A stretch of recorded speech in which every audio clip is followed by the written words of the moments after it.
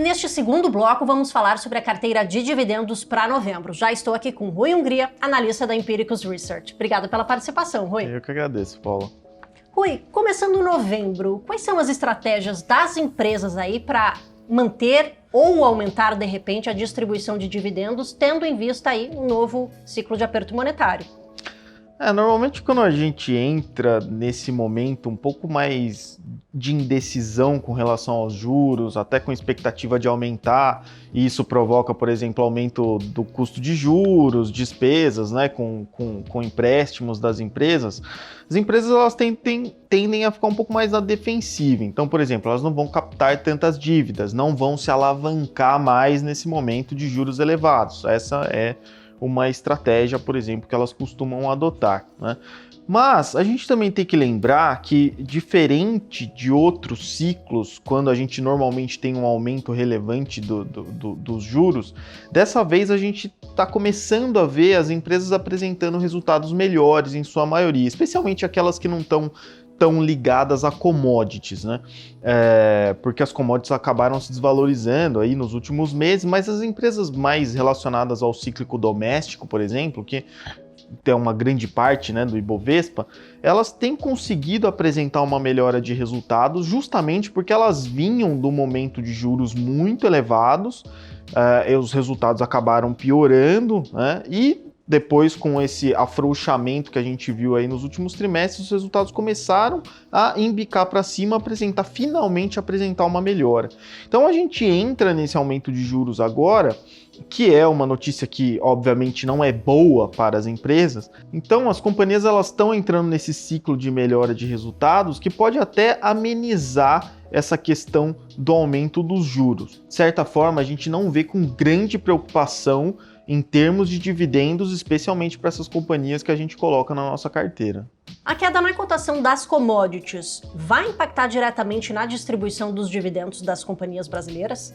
Então, Paulo, quando a gente vai para as empresas mais ligadas a commodities, e aqui principalmente Petrobras e Vale, né, que não só tem essa exposição, mas tem um peso muito relevante no nosso Ibovespa, a desvalorização de commodity, tanto de minério de ferro quanto de petróleo, tende a impactar não só a receita, quanto EBITDA e também o lucro dessas companhias e, consequentemente, os dividendos também.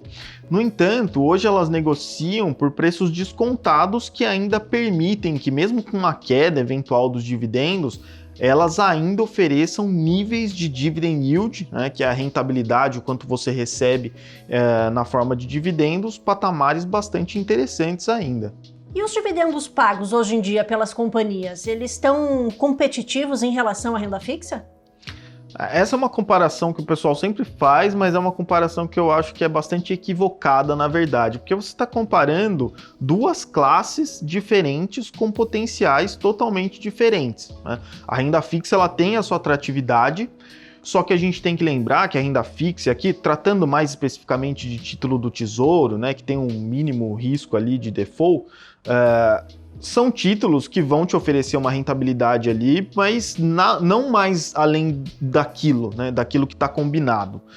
Quando a gente vai para o mundo de ações, você tem o potencial de dividendos, que é a renda, né, que se assemelha à questão da renda fixa, só que além disso você também tem a valorização de capital da ação.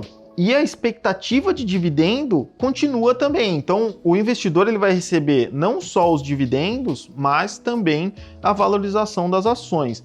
Então, sempre quando você vai comparar o dividend yield de uma ação ou de uma carteira, não é justo você comparar ele diretamente com o rendimento de uma NTN-B ou de um Tesouro Selic, né? Hoje, se você olhar para a nossa carteira, ela vai ter um rendimento de dividend yield em torno de 6, 7%. Né? Que quando você compara com os 12% da renda fixa hoje, parece baixo, só que a gente está falando de empresas que também podem se valorizar, né?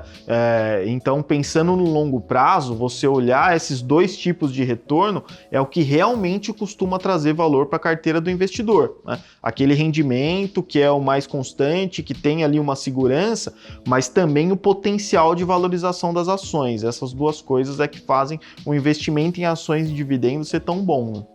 E nesse contexto, qual que é o destaque aí para o mês de novembro na carteira de dividendos? Para esse mês de novembro, a gente decidiu colocar na carteira uma ação que, na verdade, performou mal no mês de outubro por conta de todas essas questões macro, né? Preocupações com o equilíbrio fiscal e tudo isso que acabou afetando várias empresas aí.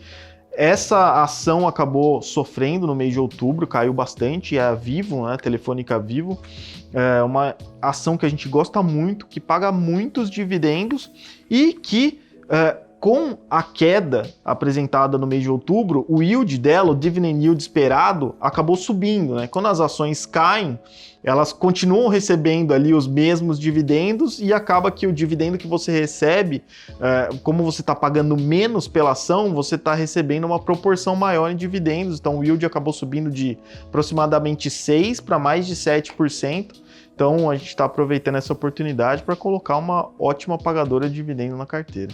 E você viu aí que a Vivo está na carteira de dividendos para novembro. Para conferir a carteira completa, é só clicar no link da descrição, fazer seu cadastro e pronto, totalmente de graça.